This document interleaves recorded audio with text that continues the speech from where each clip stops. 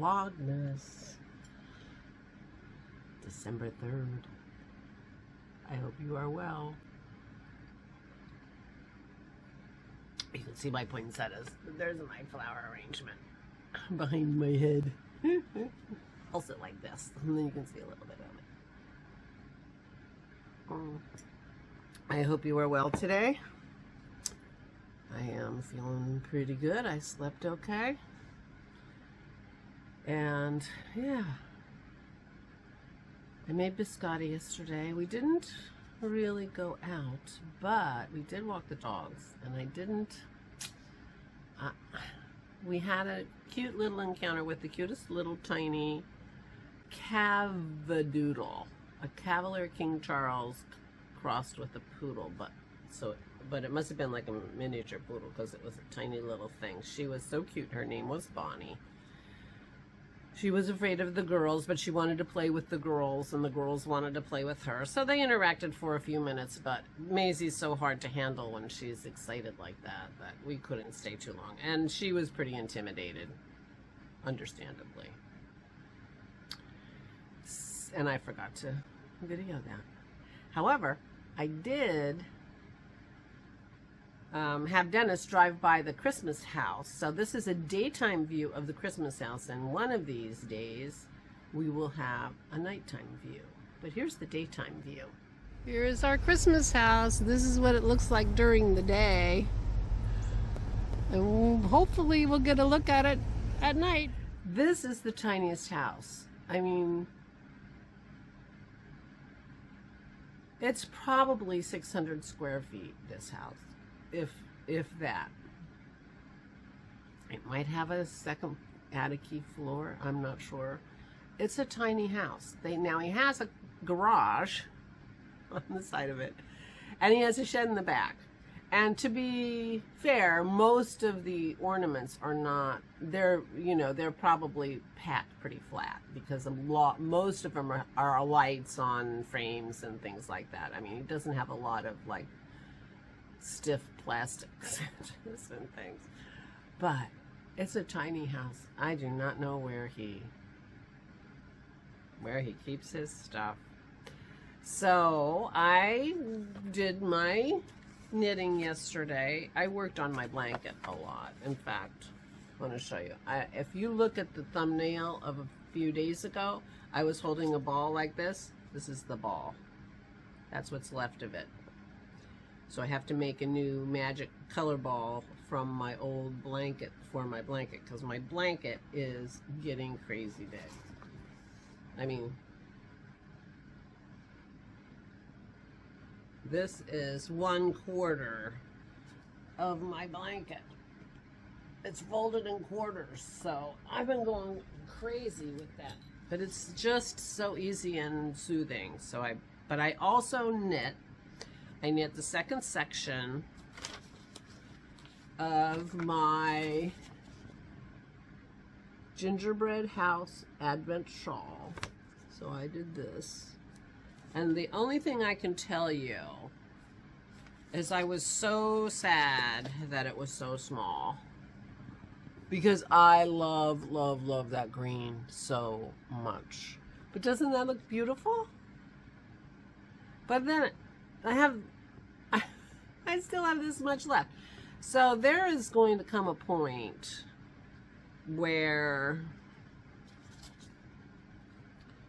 let's see, day 15 and on, my stripes take more than 10 grams. And Negan and I exchanged 10 grams. So that was 10 grams.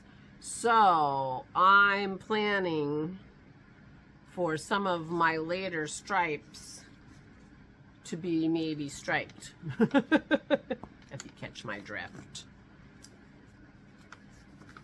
And maybe I should do some of that striping before I get down to 15, but this is 4, 5, 6, so when we get down here, the last 10 rows, 3, 4, 5, 6, 7, 8, 9, 10. So when we get about in the middle, some of these may end up striped, because I'm not going to have enough yarn in my color for the whole thing. Anyway, I just love this color, and I love, so far my shawl is so pretty. Let's see what my advents are for today. This is my advent from Benta of Arctic Crafts. Ooh, there's a pretty color. This is, I think I'm seeing it better on the camera. It's a blushy brown. It's more brown than taupe or something, but it's a beautiful color.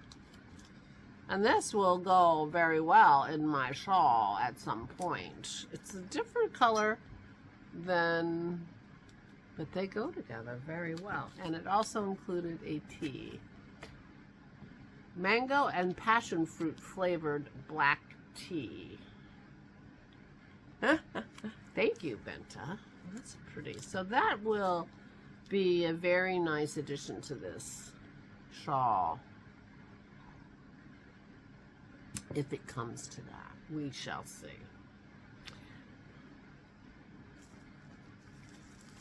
My inclination is to do it all with Megan's yarn, unless something screams at me. So here's day 3. I love these little stars. I'm keeping them, obviously. But will I be able to find them next year? I'm trying to be a little more organized. Donegal. Okay, so that's the tweed. More tweed. Ooh. Fort Knox. Oh, Megan. Oh, Megan, look at that. That's beautiful too. Oh my gosh. I love what you're doing with these tweeds. Oh, I think that's going to be pretty. I think that just works. I think that just works. Look at that beautiful, beautiful, beautiful color.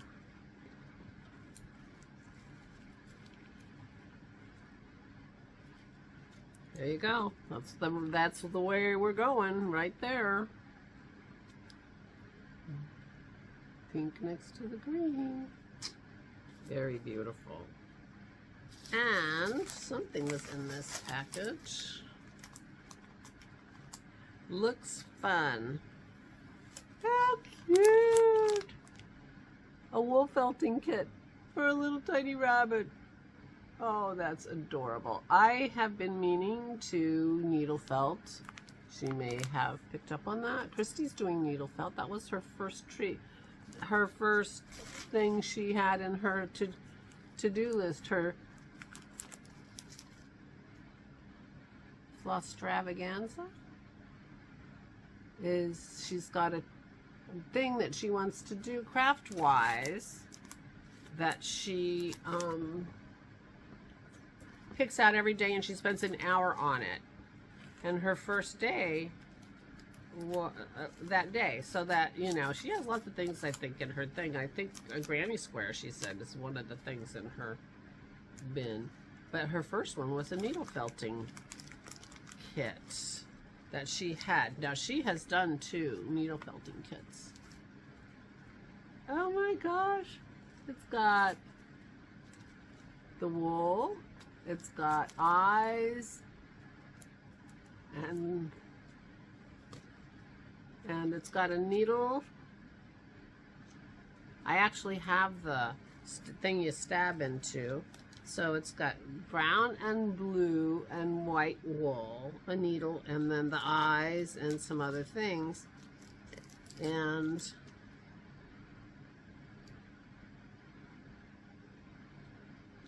the directions are in Chinese and in English. I think I might. I know where that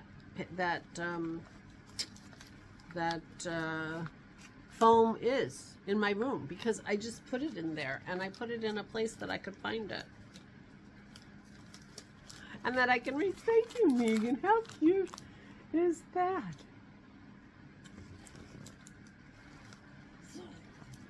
Needle felting and tea and beautiful yarns.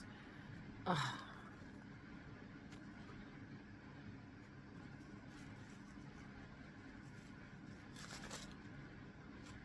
Thank you both, ladies. Anyway, I'm so excited about mine. I was so sad when I was done. And I had so much of the green left. And I want to keep knitting on this green. I could have made it more, I guess. But, you know.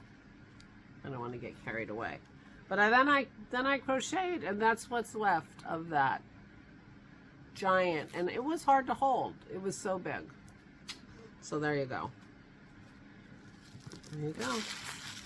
All right, so yesterday I made biscotti, and I took some video of my biscotti process, including what I'm doing this morning. And I will show you that at the end of this video. My plan for today is, it's a rainy, dreary day. But I got an email from my local yarn shop that they are having a trunk show for a local dyer from the next county over. Philadelphia area dyer, and I forget who it is. And you'll find out tomorrow, because I think I'm going to go. I will buy at least one skein of her yarn.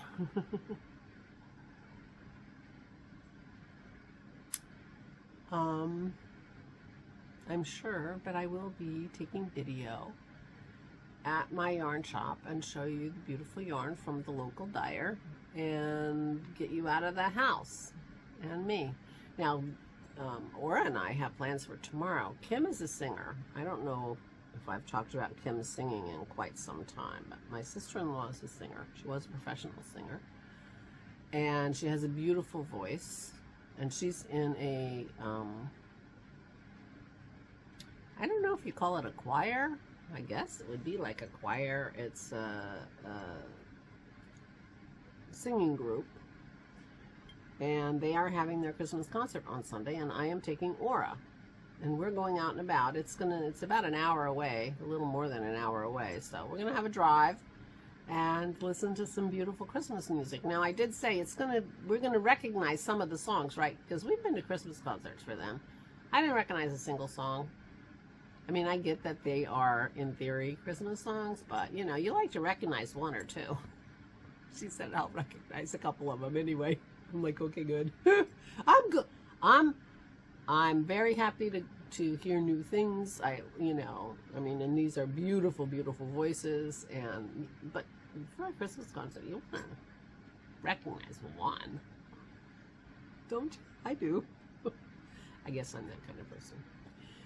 Anyway, so I think the only thing I have to show you is my biscotti making, and that's coming up after I say goodbye. And I will take you to my yarn shop today. And but I think I'm going in the morning. I was going to say, and if I go late enough, it could be dark, and I could go past the Christmas house. But I'm not going to. I'm going this morning. Anyway. Please, please take good care of yourselves. Please, please. Happy Vlogmas. Stay safe and stay sane. So here we are. I've just cut up half of one of the biscottis. I split them in half, but I'm very bad about the halving. So after you've cooked them the first time, you cut them, and then you cook them again. And that's the stage I'm at now. They're cooled. You have to, because we use erythritol and no flour, you have to let them cool, very cool, before you cut them, or they fall completely apart. So that's what I'm doing. I'm going to rearrange them on here, cut the second half, and then they're going in the oven again for 20 minutes at least. And there you go. They're in the oven, ready to dry themselves out.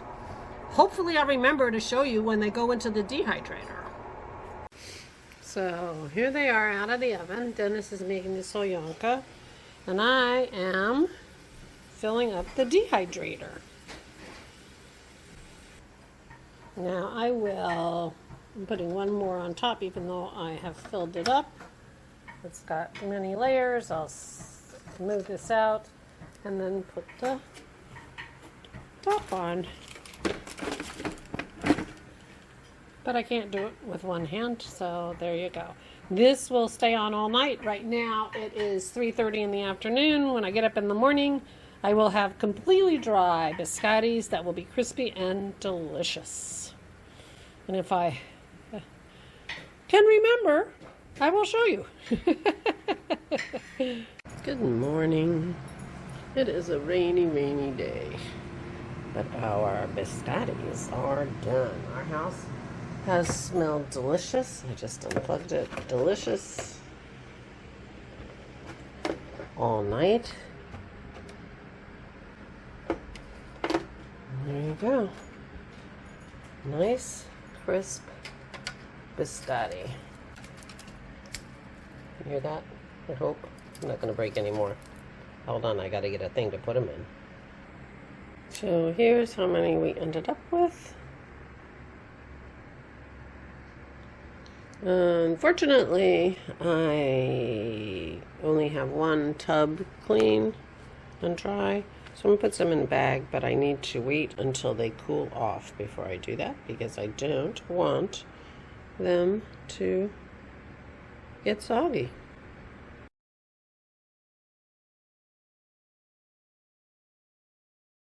Dennis has made paneer for stir fry and for our crackers.